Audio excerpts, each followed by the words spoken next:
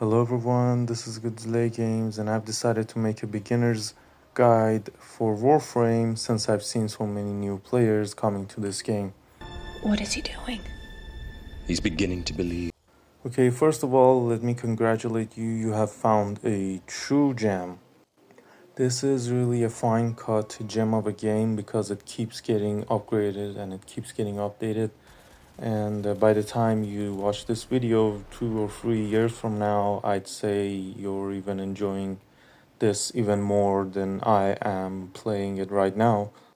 Honestly, all of this is coming from a competitive player. I've played competitive games my whole life, which are pretty much the only games I would have played.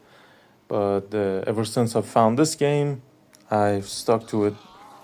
And I made this video for all of the do's and don'ts in Warframe, so you wouldn't make the same mistakes I did. Let's dive into it. So the very first thing you should do is to go to a place called the Misto on Jupiter and kill a boss.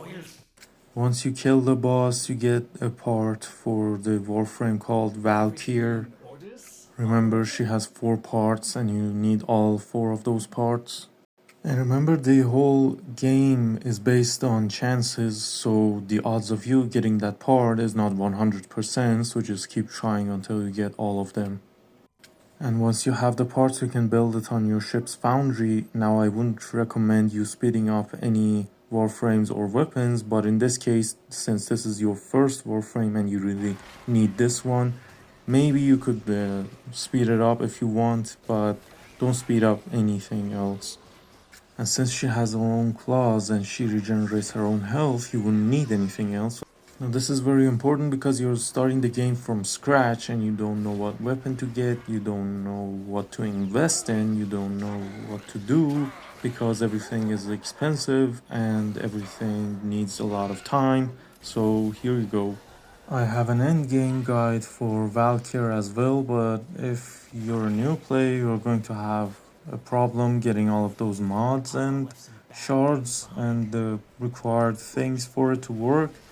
So I wouldn't pressure you into watching it. For now, you could play as Valkyr, and Valkyr can carry you through the whole game. She has healing, she has critical chance, she has her own claws. She doesn't need anything else. She doesn't even need a weapon. She can carry you through the whole game. Okay, for starters, if you're going to start playing the game, you need to complete the quests. The main quests and the side quests are the ones I'd recommend you doing first because they are related and they are important. Now, the main quests are what you should be focused on. Now, I know these are called side quests, but they're actually not side quests. They're just, imagine them as main quests as well because they are really important to the game. And once you have done all of the quests, main quests and side quests, you can just go ahead and do the Warframe quests. So once you unlock cities by doing the quests, you unlock factions like the one I'm showing you. And the thing about them is that you have to reach rank level 5 with almost all of them because they are related, and by endgame you need, well, all of them in order to succeed, because a lot of your progress is dependent on each faction's city, and if you don't have this faction's rank level up to 5, you won't be able to get the next one's level up to 5, and so on. Like this guy called Kanzu is related to this guy called Anko. If you go to talk with Anko, you will see that he's got his own standing, his own progress, you could see right here. And you need all of these. You need a lot of the mods are barred behind these standings, and You need them in order to succeed, so you need to reach rank 5 on every faction. And there's this place called Helmeth in your ship that every time you don't need a Warframe, you could always feed it to this piece and it will take away your Warframe, so you would have more slots in order for yourself to make more Warframes and play more Warframes, and it will give you the abilities of those said Warframes, so you would have more fun playing the game. Remember, you can only put one subsumed ability on each Warframe, meaning you can't choose two of these to take with you, but that's really ahead in the game, so you don't need to worry about that. As for which operator school you should get, I've already done a video on that part, and if you'd like to watch it, it's called which operator school you should pick. It's just easy. On my own channel you could watch that. One very common mistake that people make is that if they don't have any free slots on their weapons or their warframes, as you can see the weapon slots over here, they tend to sell the weapons or the warframes they have. I urge you not to do this, because by the end game there is an event where you would need a lot of these weapons and warframes. I'm just gonna show you. Here it is. There's this event which is a really late game event called Elite Archimedia Elite. This one is Deep Archimedia, and the thing with this event is that you need specific warframes in order to complete this mission, and by the time you complete this mission, the rewards you get are really a lot, so I'd recommend you not to sell your weapons or your warframes, so you could get this weekly events rewards every time, because the amount of rewards you get is based on the amount of challenges you do for it, and that's it. And if you look over here, there's this thing called Nora's Mix, which is an event, a weekly event that you could do and get rewards. Now, the thing I would recommend you to do is mostly the thing you would need from her are the things that you would see here, and the most important thing you have to buy from her is this thing called Nitine extract. You need that for a lot of things. I wouldn't recommend you buying Orokin catalysts and reactors from her because they cost a lot, but the Nitine extract is exclusive to her and she's the only one that sells these, and I don't know anywhere else if you could get them, but I have heard it's really hard to get, and I wouldn't recommend it at this point. If the people who are rank legendary players are saying you should just buy it from her, then you should do it. Now, another very important thing she sells are the mods that you see here. The mods do change with her, so I'd recommend you getting these mods the first chance you get.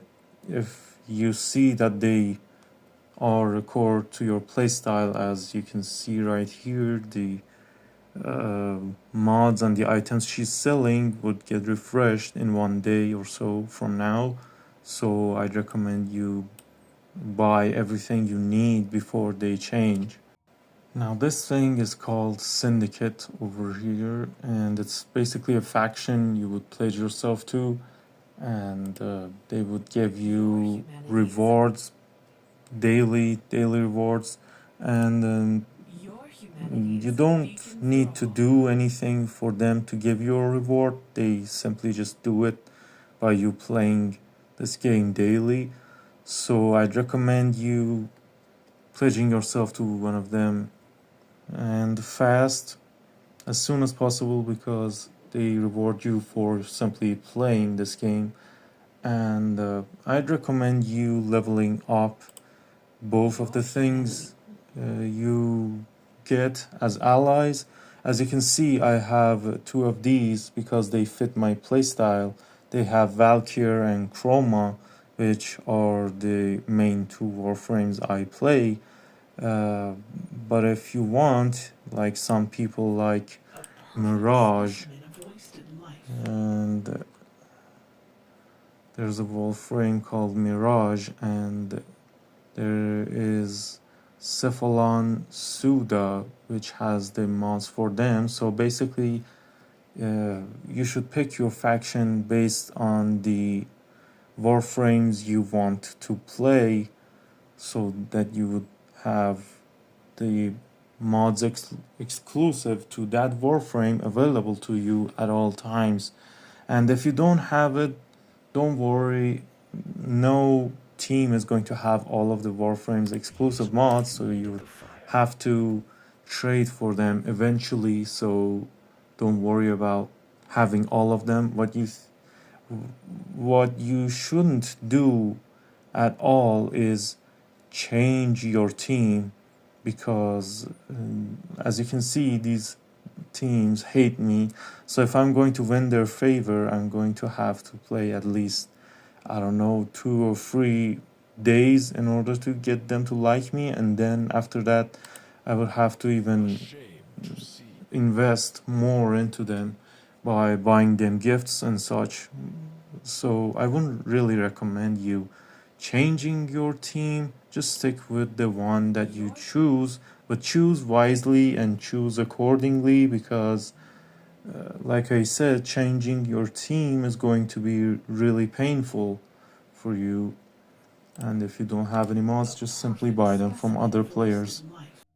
One of the other first things you should do is to find a clan, usually by clicking on this channel right here. This is the recruit channel. You could talk about the missions that you want to do and tell people, hey, I want to do this. And if enough people want to do the things you want to do, you would make a party and go with them. So you would need to get into a clan in order for you to get into this thing called dojo. So the first thing you should do is to get into a clan, and then come to this console.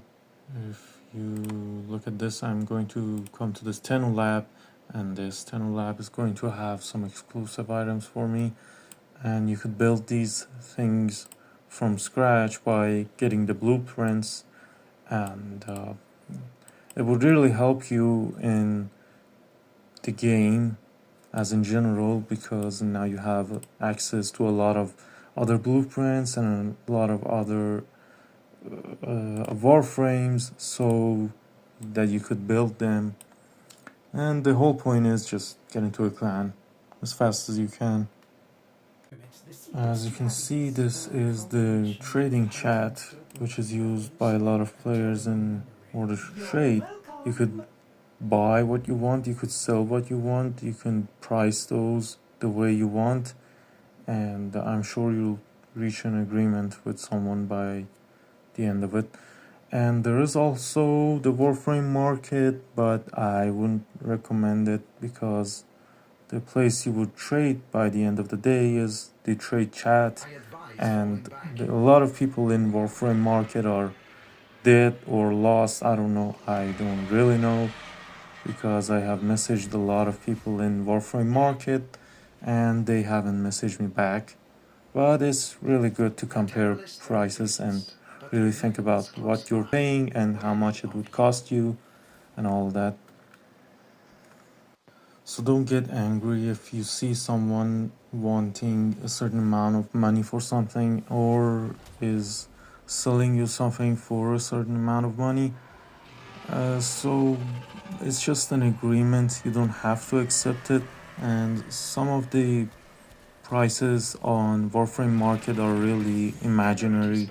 Like I have messaged a lot of people on the Warframe market for a specific item, and they either ghosted me or they made an excuse like, hey, I ran out of this, or I sold it, or whatever. So the prices over there aren't real. So if you want something for, let's say, 20 platinum, and a guy says, I want to sell it for 40 platinum, don't get angry, because by the end of the day, it's an agreement, nothing is written, and you decide when the trading is done. If you don't want it, you don't want it, and if you want it, you can always pay them. Like I want to sell my Fentus Prime right now. I would say WTS Fentus Prime. Always use this type of typing, because so that people could see what you want, and people could click on it and see what you want, or you could click on other people's posts to see what they are selling. Type in this format and then type the price you want to sell it for, and then people could either agree with you or they can disagree with you. So that's it. You should always keep a lookout for the things that are on the top of your screen, like the alerts. And this arbitration mission, for example, it gives you virus essence, which you need for a specific type of mods, which are really required type of mods, and they are amazing. So you need to do as many arbitration missions as you can, or you can buy it from other players. And always keep an eye on the invasion missions, because they give you Orkan Reactor and Orkan Catalyst, the yellow potato and the blue potato, which we jokingly say. You could always go Void Fissures, which gave you prime parts. You need these for prime parts and void traces. There is this place called Zariman. The best weapons come from this place, and if you don't have it yet, don't worry, you would reach it by some time. And if you're wondering about which weapons you could get, I have another video for that called Best Primary Weapons in Warframe. You could watch. For now, the best primary weapon you're going to get for free is this called Nataruk, and which I'm showing you. And I'm just going to share my build for Nataruk with you, so you would see them and recognize them. One other common mistake which I made a lot was with the incubator. I thought I could, if I breeded the same companion over and over again, I would get XP from master rank from it again, over and over from it. But I was wrong, and you can't get that, so don't try it. Maybe I saved you from making the same mistake. So if you're looking for mastery rank, you have to breed different types companions, and if you breed the same type over and over again, you won't get mastery rank. Valkyr has been my main Warframe for a very long time, until I discovered Chroma, and now Chroma is my main. So, and I have a guide for both if you're interested. And by the way, there's this guy called Barroketeer, which comes every 2 or 3 weeks to give you exclusive items. So be sure to check him out once he comes around. Also, in almost every part, you could just hold Q to fast travel to the places you want. So I saw a lot of people just running around the ship. That's why I needed to tell you this. And you need to complete your star chart. This is what we call a star chart. You complete all of the missions in a certain planet, and when you complete the missions on the planet, certain things become available to you, like this nightmare. The nightmare missions give unique mods which have 2 status effects, which affect your Warframe or your weapon or whatever you're putting in on. So they are really important to you. And by the time you have completed the planets, all of the planets, you have to complete every planet on here.